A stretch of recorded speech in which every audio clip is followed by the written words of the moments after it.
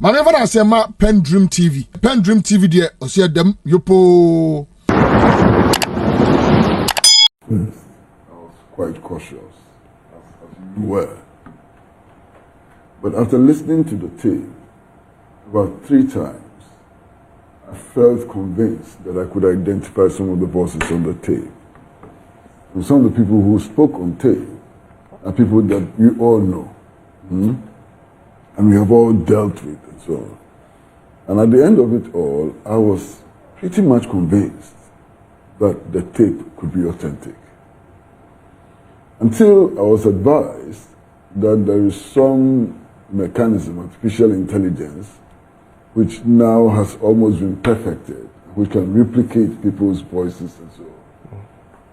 So as of now, I would want to say that we need to authenticate this tape. Just to take out the doubt, we need to authenticate this tape. Now, the argument has been made that the people whose voices are recorded are persons who by themselves cannot remove the Inspector General of Police. They are inconsequential persons, as we often say, and so on. But you see, that is not the point. The main point is that you have a commissioner of police who can think the way that the person on the tape is thinking and still be in the service. It's frightening. That you can actually have police officers who believe that elections should be rigged. That you can have police officers who believe that appointments to high office of Inspector General ought to be dictated by political affiliation. And that you should have an Inspector General of Police who can help you to rig elections. And these persons have risen to become commissioners of police. It's so frightening, it's unbelievable. Really frightening. That is the point.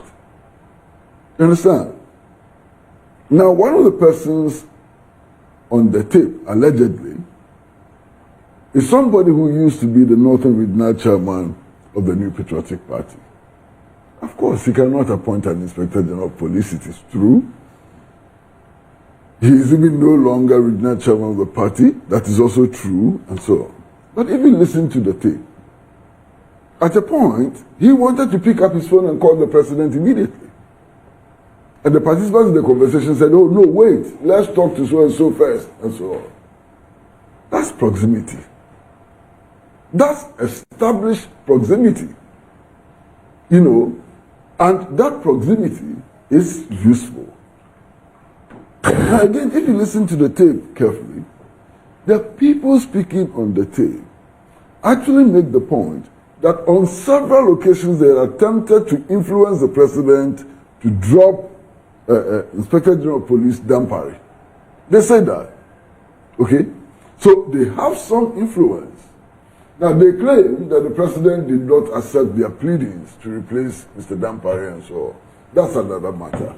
But fact is that they are in a position to influence the president, and they are trying to influence the president. The only thing is that they claim that they did not succeed in carrying the president with them. Now, they claim also that since 2016, all our elections have been peaceful and so on. I think, look, I mean, that kind of story should be told to kindergarten children. Why? Didn't we see Ayawasu West Wogon? And Ayawasu West Wogon, who were the main culprits, were they not associated with the police? So this argument that elections since 2016 have always been peaceful and so on. I mean, the interior minister should stop peddling that kind of talk. You understand? Because the evidence is clear. I mean, on the 2nd anniversary of the Ayawasu West Wogon shooting, I participated in the celebrations, and I saw the people whose legs have been amputated, people who have been incapacitated for life and so on. That's not a story from Alice in Wonderland. It's a real story of people who were injured and so on. Now, in the last elections, how many people died? 8 innocent people lost their lives in the last elections. So this claim that elections since 2016 have always been peaceful is not true, cannot be true. Now, for me, the other important thing is that this tape is out. Everybody is listening to the tape. And the government response to that is a casual statement by the Minister of Interior, in front of Parliament. And if you watch the tape, it appears that he was accosted, by the parliamentary press corps who put questions to him and then he answered. Is that what should happen? In any other country, with a commitment to maintaining the integrity of the police service, police and security services, those officers on the tape would have been interdicted by now. Simple, straightforward. Those officers on the tape should have been interdicted by now. And there ought to be proper investigations to establish the full facts to enable government to take informed decisions on the matter. A commissioner of police who goes into a private meeting with politicians to discuss how to rig elections has clearly, without question, insulted his commission straight away. I mean, without any doubt, his commission has no value again. You understand? And such a person has no right to be in the police. He cannot serve Ghana as a police officer. His end as a police officer has come. And that should have been very clear. He cannot continue working in the police service. There's also a superintendent of police also allegedly on the tape. These people, immediate interdiction is what everybody should have expected. But nothing like that has happened. Nobody is investigating the matter. All we are told is that, well, the president would not stay in office 1 hour beyond his term. What does that mean? And who says that any president has the choice? No president has that choice. The president cannot decide to stay in office even 1 second after his mandate. So that is not reassuring enough. And then we are told that the government has a commitment to ensure free and fair elections. Which government in the world has come to tell us that it doesn't have a commitment to ensure free and fair elections? Mobutu Sese Seko, Bokassa, all of them were assuring their citizens that they would ensure free and fair elections. What is the value of that? Bokassa. So I think we should. These assurances have no value. They are meaningless, and that the proper thing to do is first and foremost the interdiction of those police personnel who are captured on the tape, and an immediate, independent, public investigation into all the matters that are raised in the tape. First of all, to establish whether or not the tape is authentic, and if the tape is authentic, the allegations which are made on the tape and so on. I mean, there's an imperative. We can't go beyond that. It's an imperative. We need to take these measures. But you see, beyond this, is also just the fact that the security forces today in Ghana are being deliberately divided along party lines. It should frighten everybody. And we're in this country when the description of party police came up. Party police, all of us are aware of that. Everybody comes into power and they abuse the processes of recruitment into the police service. They abuse the processes of recruitment into immigration service and so on, and load it with their party loyalists. Now, somehow, since 1992, governments have changed. So we've had a situation where all the different factions in government and so on, everybody has had somebody there. And it has led to extreme polarization of our security services. That is not healthy for any country. I mean, recently, one of the persons contesting the presidential candidature of the New Patriotic Party was complaining loudly that he sent some people to be recruited into the Ghana Armed Forces and only a few of them were accepted and so on. Complaining as if it's legitimate right to put people in the Ghana Armed Forces and so on. So this polarization is serious and we need to address it. We need to depoliticize our security services, and if we don't, the consequences will be severe for all of us. Maybe fortunately, maybe unfortunately, we have somehow developed ears, in the security services. And we tend to hear quite a bit, And really, it's frightening. It's frightening. The politicization of the security services is so frightening. So frightening that there have been instances when in terms of seniority, you can have an IGP who is not on talking terms with the person who is supposed to be his deputy. They don't talk. How can you do that? There have been instances where projects have not been commissioned because of this division between head of a service and his deputy and so on. You don't run the security services on that basis. And I'm really frightened about the state of our security services.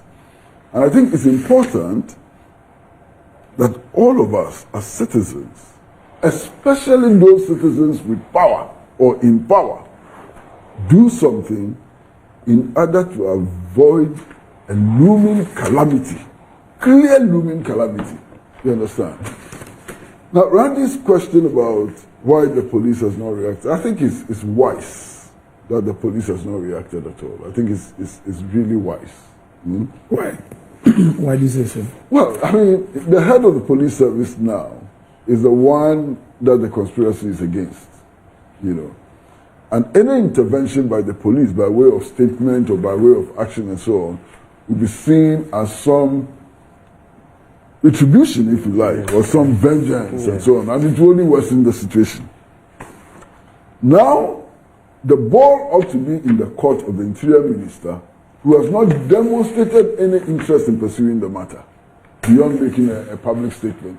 You understand? A casual public statement. There's a matter that the National Security Minister should be interested in and should be acting upon. You understand? There's a matter that should interest the President of the Republic. The Council of State ought to be worried about this development and so on. This is way beyond Mr. Dampare. I think it's way beyond Mr. Dampare. And if I were to advise, I would tell him not to make any pronouncement, not to take any action, but wait for his superior authority. This is terrible, horrible, really horrible. We've heard horrible statements before, but this one is really frightening. I mean, the kinds of things. One of the persons on the tape who is supposed to be a commissioner of police actually says that, as for him, he gives the impression that he's the next person, he's the most qualified person to become IGP. But says that if he doesn't get it, it doesn't matter. His main interest is to make sure that an MPP loyalist takes that position so that they can break the eight. What a statement! Senior police officer. What kind of country is this? And he is still at post. He has not been interdicted. I mean, it's frightening. This man is still at post. Today, he can order policemen to go and do anything. He's still at post. Hey, what is happening? All right. Okay, Kwasi. No, I mean, Randy, what is happening? A man who talks like this has control over armed men. People who are armed with sophisticated weapons, this man has control over them. This man today can order 100 people with arms to move into any community and so on. He's at post. Are you not frightened? I'm frightened to the marrow. He's supposed to Kwame, Mr. Kwame, your friend Randy. The man is still at post. You know, on the issue of the silence of the police, I thought that at least an acknowledgement that they are aware of this. Everybody is aware, you are not aware. No, but the police should, I mean, they can't be silent. That's my point. It is not for them to speak. Why? Dan Parry is still the Inspector General of Police. Yeah, it doesn't matter. If a statement is issued, under whose direction will that statement Because be issued? if there is a burglary at Dan Parry's residence, That's a today, different God forbid, will the police take it up or not? That's a different matter. Yeah. No, that's they'll take it up. This is not a burglary. No, I'm saying that this is about, you see, you even take Dan Parry as a person out. But from even your analysis, you are looking at the reputation of the police service. Oh, that is a small matter. I'm looking about the security of the state. Yes. So if you have such, and I'll have to be very careful with my words, if you have such Randy, I mean, such demented people in command positions, what do you think would happen? Look, if people like this were in the army, their materials for staging coup d'etats. Do you know that? For overthrowing constitutions. If you have people, then it makes it clear in the tape that there are others like him. So that even if he is bypassed, there are many others like him. Yes, but that is even more frightening. You understand? And people who think that the will of the people doesn't matter. That's what it is. That the constitution doesn't matter. The will of the people doesn't matter. If this man had control over any section of the armed forces, what do you think would have happened? If you win election and you are not MPP, they will make a coup against you. I'm not PENDREAM TV. Now, so far so good. Say open online portal e Ghana. Nipa share, nipa follow, nipa comment here. To my best of knowledge, without any biases, PENDREAM TV.